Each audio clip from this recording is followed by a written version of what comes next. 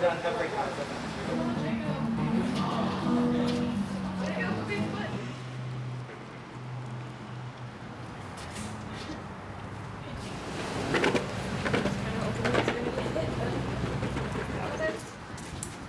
He's every man.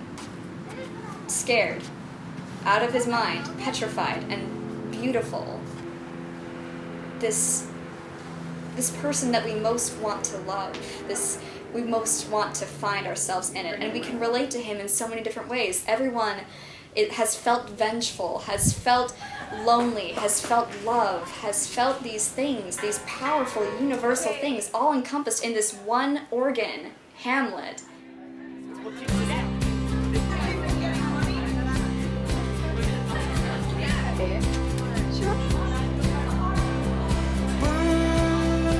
And that is why he's carried on. And when people first saw this, they knew that. I'm sure they did.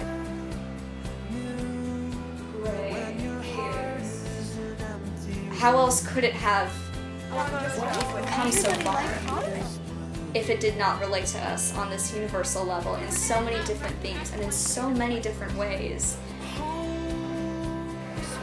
than by speaking to us that way? And Shakespeare was really a genius in that. He knew that everyone is one thing and completely the opposite at the same time. Do thy work! Oh, can't defend me, friends! I am but hurt! It is, in a word, honest. Everyone's working. It's obvious you worked. That's the best stumble through I've seen in years. That was great. I want them to be not changed, but realize that they have changed. Because Hamlet is very much a revolution.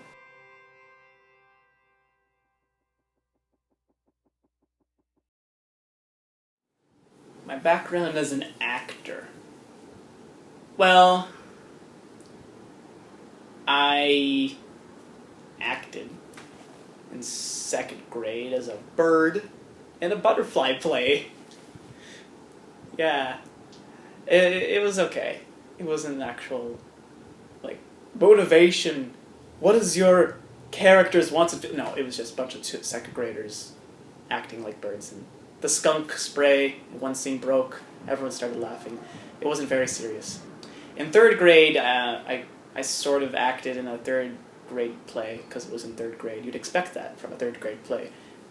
As a pig, and as the frog from The Princess and the Frog story. And 4th grade, very briefly, it wasn't really even a play. We were reading a play about John Henry, you know, The Hammer, Johnny Cash song. It's very moving. I like that song. It's excessively long, though. 6 minutes. It's probably not actually that long. I'm just complaining too much. Anyways, the play I read for the guy who invents the steam engine, and I did pretty good, I think. My 4th grade teacher said I should be an actor when I grew up. After we were done reading it through. Not very. I didn't really. It wasn't. I don't think there was really acting things. I really got into acting in high school when I went to Inspire sophomore year.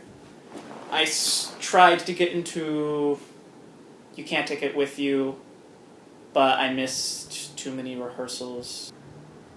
They kicked me out and had Marcus replace me. But I did learn about auditions and rehearsals after that. And I did act very briefly in As You Like It and White Christmas, even though I had short acting bits, or they were rather short. And in my theater classes, I think those really helped me a lot too. Especially in theater too, when I learned about commedia dell'arte. That was great. I liked learning. That was my favorite part. I loved just every week acting different things. That was a lot of fun. And it's basically all caught up to Hamlet and Cinderella.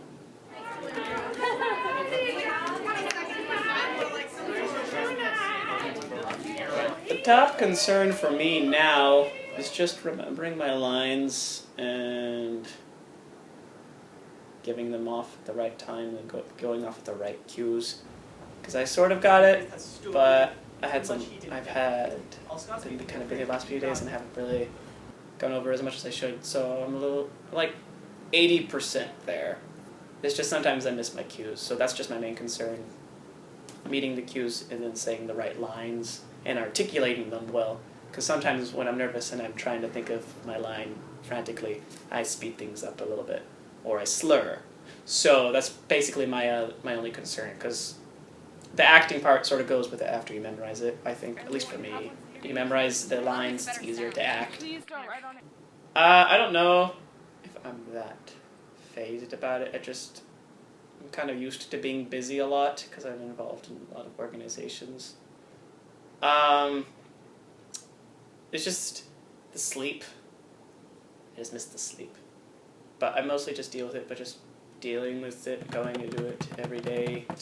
But I haven't really gotten into Hell Week, so I'm sure I'm gonna meet that part of me whenever I get really, really broken. Should be fun to look forward to. But for the moment, I just sort of deal with it by treating it like a regular job. Most plays are Polonius kind of creepy, since he spies on people all the time, and I sort of give it more of a comical, well, not really more, just a comical approach, because Hamlet needs comic relief. It's just so many people die, it's just so sad, and after the Act 1, it just gets worse. So it needs some sort of humor, which comes in the form of Rosencrantz and Guildenstern, Osric, and Polonius. Briefly, Polonius. Polonius is more humorous and serious, and I try to be serious and chiding when I'm doing my scene with Ophelia, and when I'm doing my Laertes scene, I try to be teaching him about the precepts, because that's a very famous line. Neither Rabarlo nor Linderby. People like to hear that. I hope so. So I try to give it a comical approach when it's needed, such as when I'm with Hamlet, and when I'm doing my asides to the audience, and then when I'm talking to the queen and the king. Because those parts, I believe, are meant to be comical, meant to be some sort of comic relief from all the grief and anguish, and I try to get that across. Now we know how many holes it takes to fill the Albert Hall. If I fell into the play Hamlet and met Polonius, I would probably tell him to stop being so controlling over his daughter and being mean to her and being nicer to Laertes. Treat them equally or more towards Ophelia, because Laertes is kind of a cocky guy. I'd also try to tell him that Claudius probably isn't the best person to work with. You might not realize it, but he killed his brother and married his wife, so you probably should look into your job ventures a little more carefully. Get that resume out and probably find a different job, because things are going to get real bloody really soon. So, just a little heads up. Also, don't lock your daughter away from Hamlet. Things don't get better when that happens, Polonius. You doofus of a man. It is a Jew, don't leave. Well, I don't want them to feel sad, but they probably are going to feel sad, because it's a very sad ending. Because Hamlet died. He would have been a great king. He never had the chance to rule the throne, and he was killed before he had the chance. So many things didn't turn out right for him. It's just a very sad tale, I think. Whenever I think about it, I just get sad. Because he never had the chance. He never had the chance to lead or any of that. But what I think I'd like them to think is, it was a good show. I like those actors that did it. But I think from play perspective, I think it's a shame. It's been hard for sure.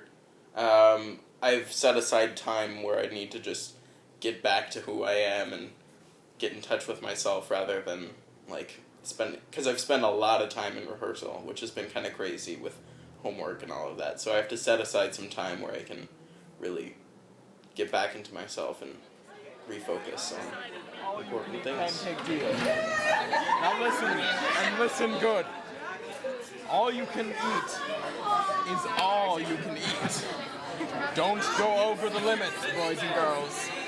don't want to give yourself ulcers nor stomach. As an actor, my background is kind of not as in-depth as I'm sure some of my other fellow actors are. I grew up in Paradise, just north of Chico. It's a lot of a sports town rather than like a theater and acting town, so there aren't a lot of opportunities to get into theater. But I was very blessed to have people like Ruth Greenfield and Jeff Childs to come up and work with me at my school, which was really great. So I did very few productions. In middle school age, I did maybe 3-ish, like one per year. But as soon as I got to Inspire, I started to really, really enjoy the acting and got into the productions. Longer. Not when I saw it. His beard was grizzled, no? It was, as I had seen it in his life, a sable silver. Wait, a sable silver. Alex and I decided as characters that they did know each other as children and that they had that deeper relationship as playing with each other or developing these games with each other, and not just the college relationship that they have at Wittenberg. Are you sure I can forget myself?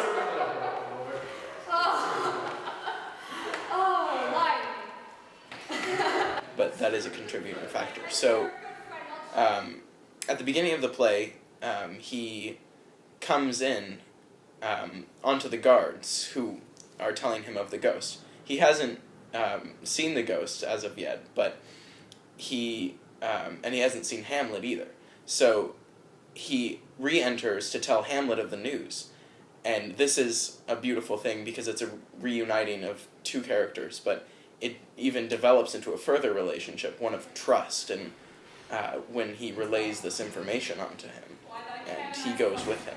And from that point on, he's by Hamlet's side for a lot of the play, even if it's non-speaking lines like the graveyard scene. He's there and he's encouraging Hamlet and being an ear of logic, and it all comes down into the end where he eventually takes the position once Hamlet says, "Now that I am passing on, you must take and tell my story unto Denmark." And he basically assumes the position of storyteller and more deep in the grand scheme of Denmark. The cat will mew. The dog will have his day. I've worked a lot on relating to myself as a friend. So to Hamlet and to other people, I've drawn from those experiences in that loyalty and what I seek from a friend. Because Horatio himself is supposed to be a comfort to the audience. He wants, I imagine Shakespeare wrote him as something to ground the play. Because all of the other characters have a lot of flaws and are on the brink of disaster throughout the play. And though Horatio does have his flaws, he is there as a grounding element who speaks less in passion than in logic and in an attempt to help. So, but as the play grows further, he becomes more on edge, and at the end, he's full of grief when Hamlet dies. So I was actually working on it last night. I was analyzing what I feel physically, actually, rather than mentally when I'm experiencing grief or sadness or anger or anything of that nature. I analyze it so I can portray it out to the audience better, and so I can believe it more. So if I physically feel it, I can feel the grief, I can feel the anger in myself. And I pinpointed, in grief you really can feel it in your chest. It feels as if either someone's pressing down on your chest or ripping something out of you. So you have to feel that in your diaphragm and in your chest. Or with fear, your breath becomes more scant, so you start to feel it in your sinuses. And that's a contributing factor to portraying it to the audience and even to yourself, so you can believe it. One thing that drives me nuts the whole time, because it's such beautiful work going on up here. Do you know what I'm going to say? Is it flashing? No. Okay. And it drains your face. So it's like these nervous habits that we have take away from what we're doing here and feeling here. Okay, I was trying to do a little bit of movement to show stress, but just solid. We know it's stressful, I think. Yeah, and because I would say it would be fine in any other scene, but because it's the end of the play. We want it to be bam, bam. I want people to only look at your face. I feel ya. His pursuits towards friendship and loyalty are very noble. It's not a, so to speak, I'm going to do this, as Hamlet would be, or as Claudius would be, or even Laertes, who has at least some sort of agenda once coming back from France or whatnot. But as Horatio, he is very loyal to his friends. He picks his friends and he sticks with them. And I think that's a very beautiful thing to do. Now cracks a noble heart. Good night, sweet prince. And flights of angels sing thee to thy rest.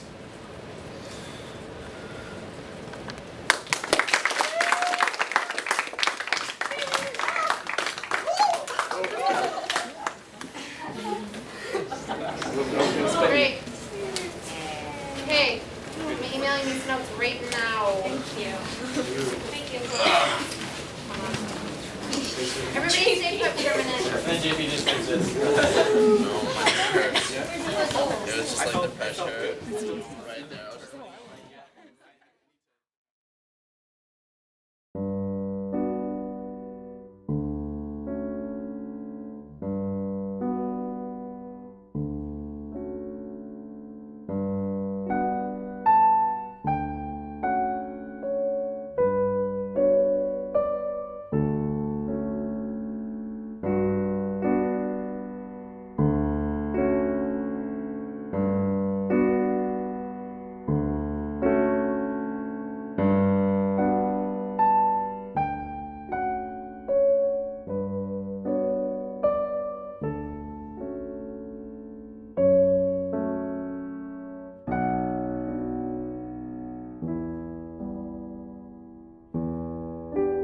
Okay, thank you. That's why they pay me the big bucks.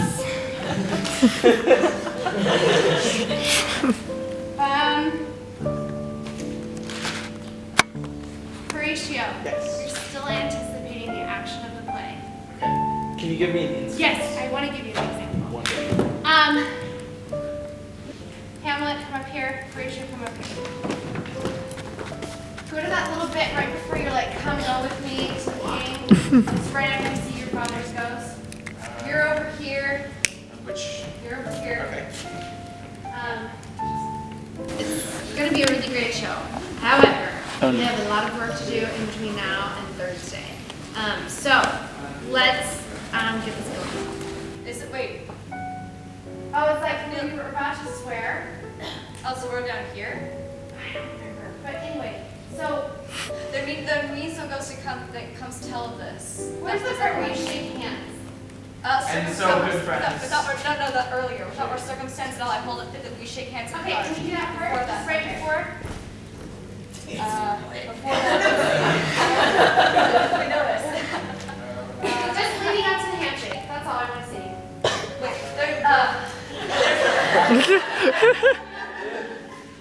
There's never feeling going to all the number. He's in Aaron's name. My lord, there needs no ghost come from the grave to tell us this. You are on the right, and so without my circumstance. Okay, well you didn't do it right now. It's because I'm working. That's why I get paid the big bucks. So everyone needs to get on Facebook and social media and be obnoxious, text everyone in your entire phone book. Like your entire phone book in your phone. Come to Hamlet. You have a phenomenal show. You need an audience. Word of mouth is the #1 way to fill the seats. Also guilt. When Hamlet crosses this way, don't anticipate the handshake. Like you stuck your hand out. And that's just a general example. Okay, yeah. Like, you're giving him too much credit. Like, you don't know what's going on. Every night you do this, you need to be surprised by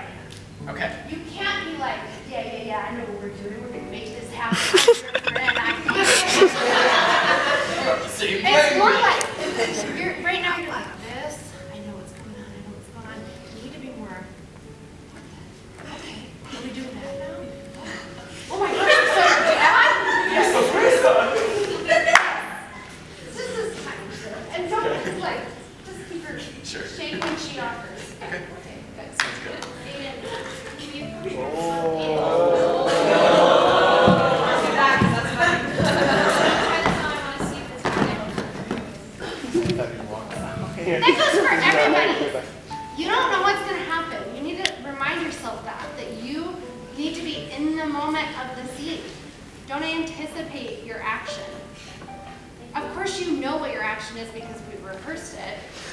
But good actors make it seem like it's just happening, like right now. That's the reason why it's called live theater. That's why it's alive. That's why people go. Thank you. You're welcome.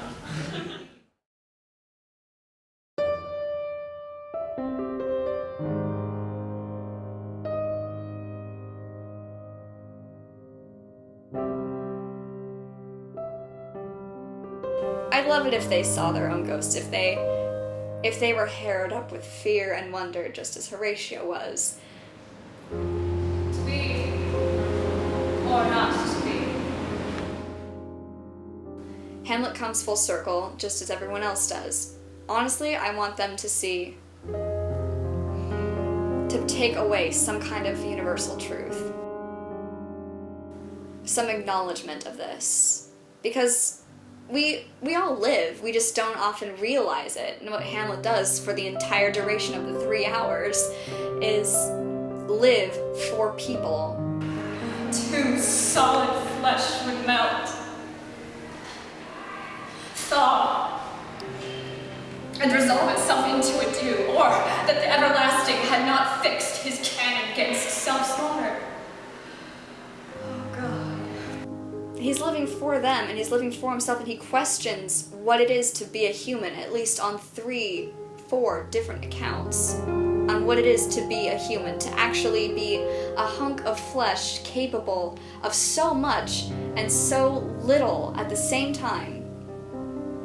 And I don't know, I want people to see that. I want people to take a second to debrief after seeing 3 hours of emotional turmoil, to look at themselves, as I think that's how theater should be, is after you see theater, that universal thing, that portrayal of these same hunks of meat being other hunks of meat living. I want them to see something like that. I want them to take away something they didn't see before, out of human existence, out of something they had maybe seen earlier but had forgotten to think about. What it is to be living, to be scared out of your mind. It's recalling your own experience in relation to this show. I want them to see that. We pray, throw to earth this unprevailing woe, and think of us as of a father. Through my Lord it comes. Oh, angels and ministers and priests defense. Please come to the office. Sierra Reed, please come to the office.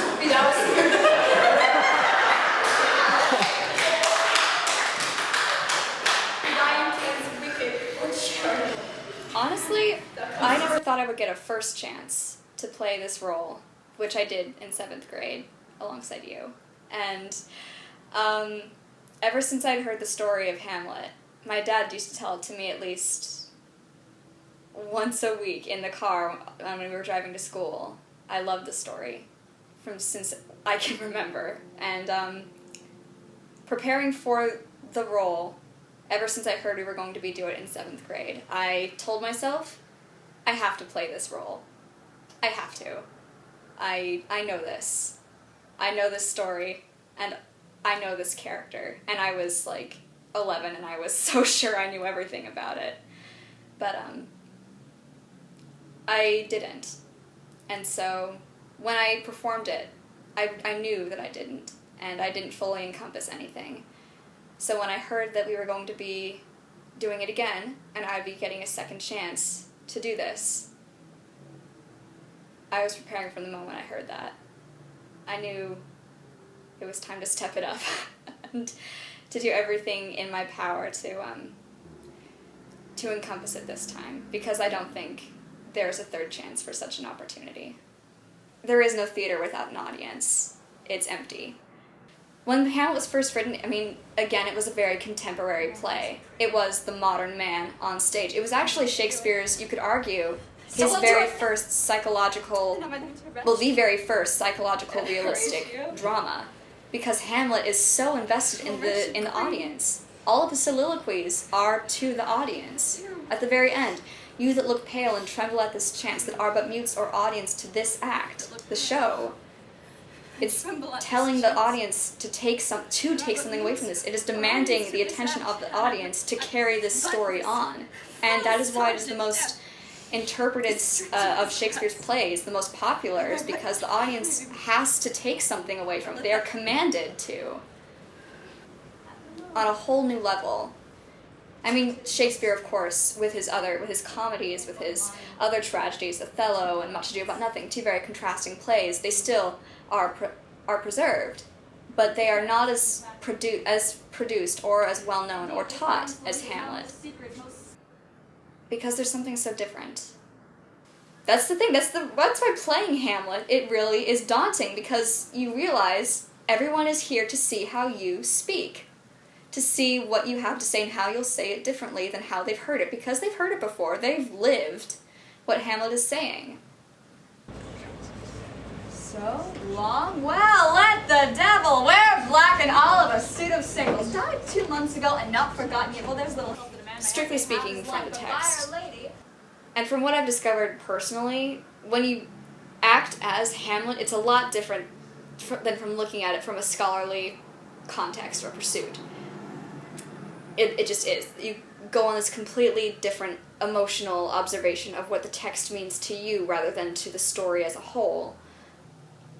It really is one of the most passionate love affairs in all of Shakespeare. You can argue, Romeo and Juliet or Antony and Cleopatra, but when he sees Ophelia, when he hears that she is dead in that graveyard, whose funeral is this? He soon realizes that when it's Ophelia's, the way he reacts, what you can derive from the text, let alone in a performance, in any performance you see of this, it is one of the most impassioned scenes in this entire show. I loved Ophelia. 40,000 brothers could not with all their love make up my sum. Hamlet, when he sees this, again, this is just another thing happening to him. It's not just another thing happening to him. This is a big thing. This is one big, very big thing. His father is dead. Now Ophelia is dead. He's killed Polonius. Everyone is dying around him. There's this graveyard. Elsinore is not just a prison in the text. It is a graveyard filled with corpses of people that he has killed. That he has indirectly or directly killed. And now Ophelia, this is someone that he loved. That... maybe in the back of his mind, even when we are in a relationship maybe one that we know is doomed, you still have that brief moment in your head where you think, this could happen. Just even for a moment, this could be something. Again, it's beautiful, the passion that they share, although it is not realistic in its future possibilities, but for what they mean to each other as young people, in that moment, when everyone is so cruel and senseless about what passion is, they're the only ones that understand each other and what that means to each other. And then they can't. They can't. In this short time, we can't even look at each other without knowing the replications of what will happen, the fartles, reformation, yeah. These fartles, these slings and arrows. Hamlet gives to be or not to be seconds before he sees her. And she sees that speech. She's present for that. And that's what's really beautiful about it. And it is poetic, but it's poetic in its brief passion and how it encompasses that state in a relationship. That doomed feeling, but this beautiful oxymoron, that doomed beauty. With me, with 2 provincial roses on my raised shoes. Get me a fellowship in a choir of players, sir. Half a share! Hamlet's relationship to Horatio it's quite profound, really. Hamlet, to everyone else, has felt betrayed by them, by Ophelia for not allowing him access to her, who he thought was his only anchor in the world. Gertrude for marrying his uncle later. He finds out his father's murderer. His father for dying and expecting so much of him when he's just out of college. Claudius, of course, for killing his father. Rosencrantz and Guildenstern for lying to him through their teeth, knowingly, and not coming to him aside, saying, we know what's up. Polonius for being the one to control Ophelia. Everyone has abused Hamlet in some way, except Horatio. There is this beautiful speech, and I wish that we kept it in the show, but alas, we did not. But Hamlet says to Horatio, give me that man that is not passion's slave, and I will wear him in my heart of hearts, aye, in my heart's core, as I do thee. As I do thee.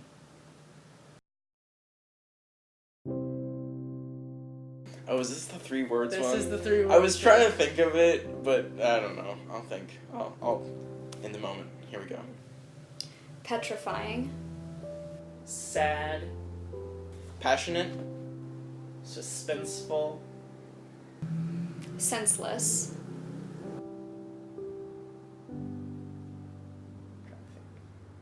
Okay, got it. We're good. Okay. I don't know. Inspiring. Heartbreaking. Well, actually, not inspiring. And thought-provoking. Thoughtful. For lack of a better word, beautiful.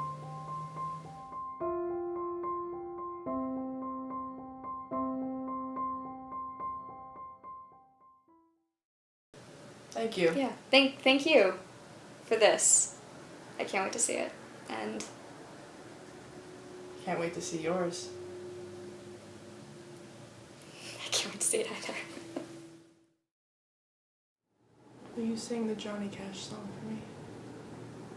I don't know the actual lyrics, but I know John Henry with his hammer. I'm making up the lyrics because I don't remember.